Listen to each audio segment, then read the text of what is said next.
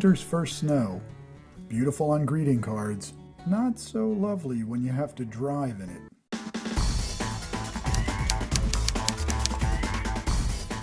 If you have a Mercedes W201, like a 190D or 190E, here are some basic ideas to make your winter travel as attractive as any holiday card.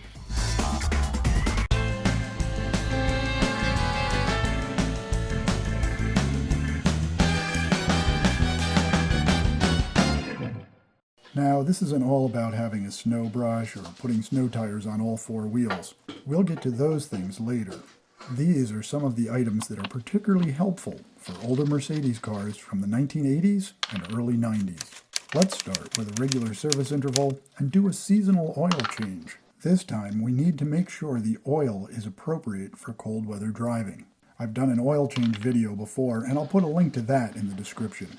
Start by removing the air cleaner to gain access to the oil filter housing. Even if this interval is a little early by mileage, always use a new filter every time.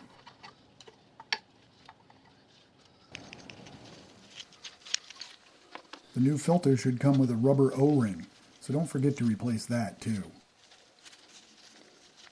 The key thing this time is that we use the proper grade of oil, so the engine will start easier and run better in the low temperatures that come with winter driving. Where do we find this optimal winter grade oil number? It's in the back of your owner's manual. There is a chart that shows the recommended oil by seasonal temperature range. I'm going with the 10W30, as my town stays in the low, but not super low, end of the range. On my older cars, I have a preference for conventional oils. Notice the opinion light is flashing, but I believe the flow characteristics of synthetics in older engines leads to more leaks and higher consumption. And I'm a cheapskate. As the total amount needed is only 4.8 quarts, I'm making a mark on the side of the jug level to pour down to. It is only about 4.5 liters. The filter housing will fill up after the engine has been run for a minute. Check the level and top it up as needed. Next up is the air filter element. Winter driving is often on roads covered in salt and traction compounds of sand and grit. By the end of the season, these contaminants can get inhaled by your car and will clog the air filter. Now, for some reason, Mercedes has taken the suspenders and a belt attitude for the air cleaner housing, and the perimeter clips are augmented by 4 10mm nuts on top. You will have to take them all off to open the housing up.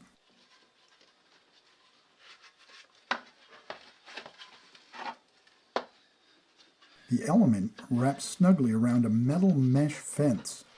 Shining a light through it shows this element still has some life in it, but it has been in for over 2 years at this point, so I'll go ahead and install the new one. Wipe down the housing and use a vacuum if you have one handy. Get all of the leaves, dirt, and dead bugs out before buttoning up the lid again. The new filter is held in place by its own elastic tension.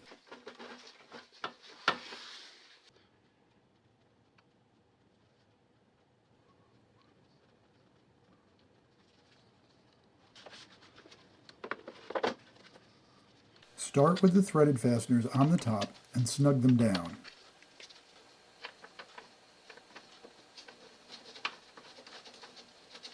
That makes it easier to get the perimeter clips to latch. Don't forget to refit the flexible air intake tube. Now, as long as we are under the hood, let's take a quick look at the coolant, the windshield washer fluid, and the battery terminals. With the engine cold, open the expansion tank cap and take a look at the condition of the coolant. It should not be cloudy or dirty, and it should have the color of the antifreeze in it. If you have a coolant tester, you can check the concentration level and adjust the ratio as needed. Just ahead of the expansion tank is the washer fluid reservoir.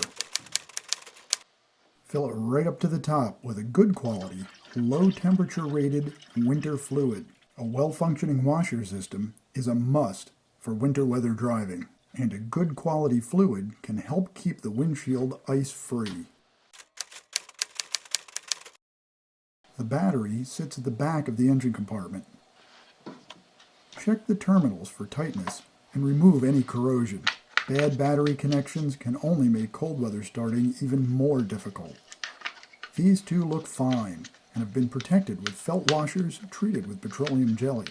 This next trick works wonders in extreme cold weather. By placing a small piece of cardboard over part of the radiator, we can cut back on the icy airflow and raise the operating temperature. Remove the center rubber seal and gently slide the cardboard in between the radiator and the air conditioning condenser. The airflow through the radiator gets so cold that the engine may never warm up completely. This means the heater never reaches its full potential either. Now it must be a thin, one-layer piece. Fold it over to fit. Raising the engine temperature will enhance its cold weather performance.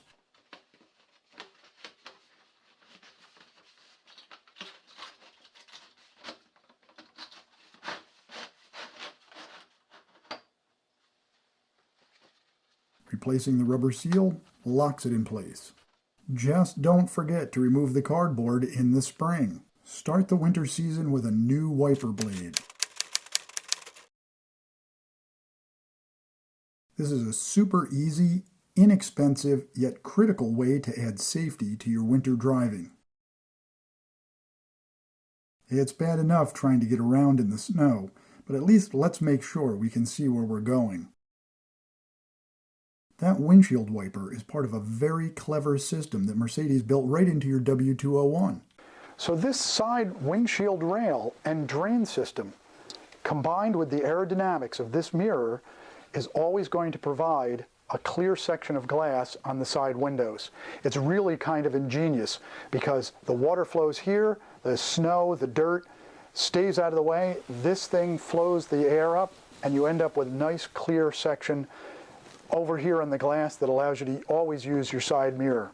That rail drain and mirror system is a terrific safety enhancer, keeping the outside mirrors visible even in the worst precipitation. But you've got to keep it clear for it to work its magic. At the base juncture between the windshield and the hood is a drain gutter system. Here you can see the top of the drain tube. Pour a little water in the top, and it should exit through a triangular cutout in the base of the wheel arch plastic molding. These have to be kept clear of dirt and leaves, bugs, and pine needles. It is especially important in the winter. If these drain tubes are clogged, water backs up in them and freezes. That ruptures the tubes, and the drain water finds other ways out and into the bodywork. You can use a thin wire or a blast from an air compressor to clear the tube.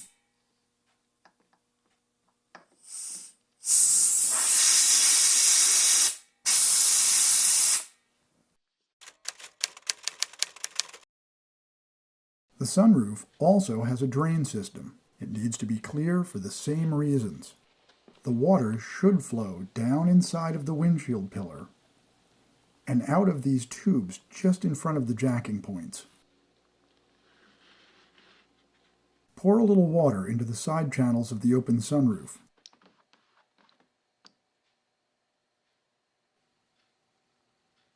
If the water comes out from everywhere but the drain, try clearing it with a small stick or screwdriver.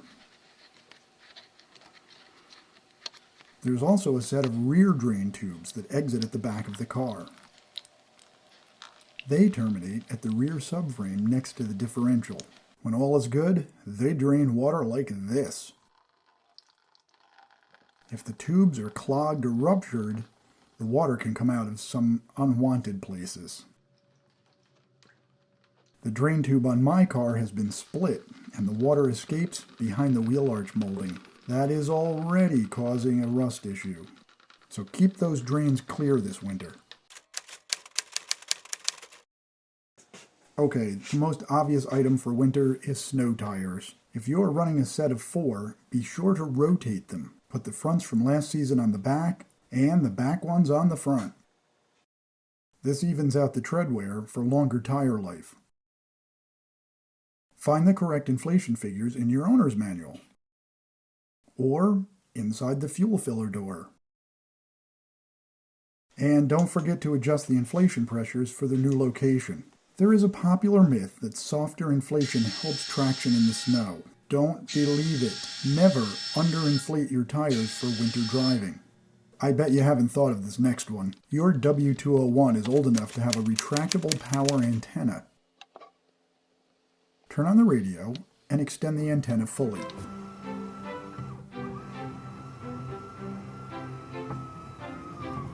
Use a soft cloth or a paper towel to wipe it down. This gets all of the old dirt and grease off of it. Then apply a thin layer of a thin oil to the whole length of it.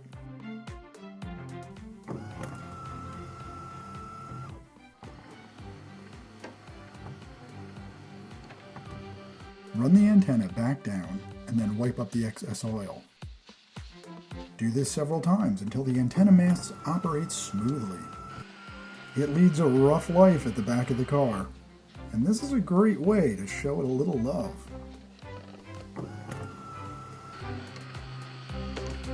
A fully functioning antenna makes your radio sound terrific. We're almost done. It's time to talk about the items in the trunk. First up is the spare tire and accessories. Check to make sure the jack is in place and ready to function. Do the same for the tire changing tools. Next is the spare tire itself. Inspect it for tread and sidewall condition. A bald or dry rotted spare is only going to add problems to a roadside emergency. Make sure the tire holds air. Inflate it to 36 psi, that's 2.5 bar. This will give you plenty of leeway to put the tire on the front or the rear as needed, and just release air to bring it down to the correct pressure. With the spare tire taken care of, let's add a few good luck charms to our winter kit.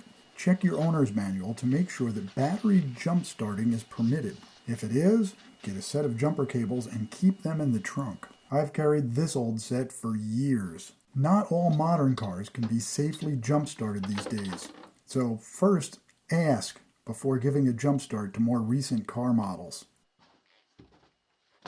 Throw in some old carpet remnants, or welcome mats, or even car floor mats.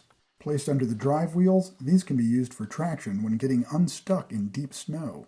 I recommend carrying a bag of traction material, like sand or kitty litter or this absorbent clay mix. It can be scattered under the drive wheels to get unstuck from ice. And the extra weight over the rear wheels can help in many low traction conditions. Winter days are more darkness than daylight. So carry a reliable flashlight and put fresh batteries in it. I carry a spare hat and warm gloves in case I have to leave the car and walk any distance. A plastic bag keeps them together and ready to use.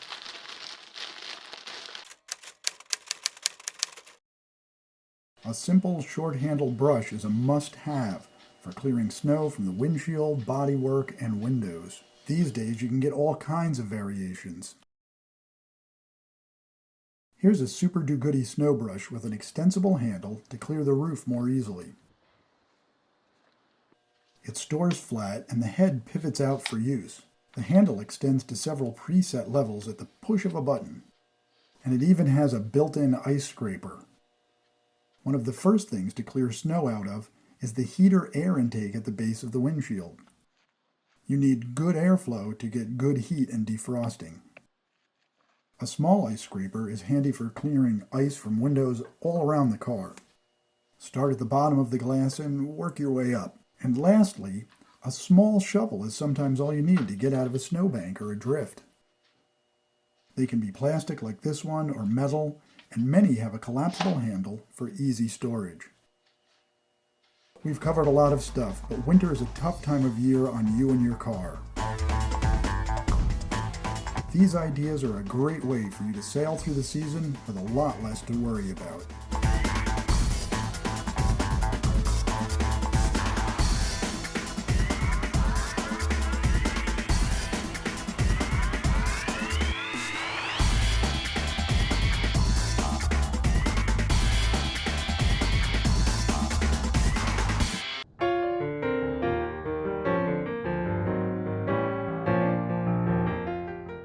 Thank you for watching, and let me wish you many more Mercedes miles.